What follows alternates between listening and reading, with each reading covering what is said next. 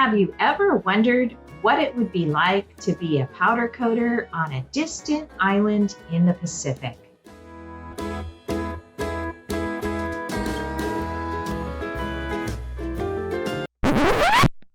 No, silly, not Maui Powder Works.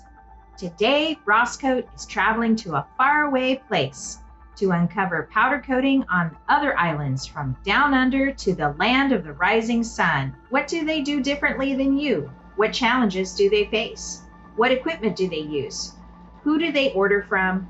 We answer these questions and more when the podcast goes international, featuring well-known coaters like Benny from S&S Powder Coating in Queensland, Steve from Powder Coating Okinawa, and Dale, a hobbyist from Victoria just starting out.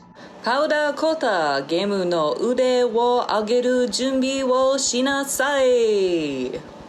Get ready to level up your powder coater game.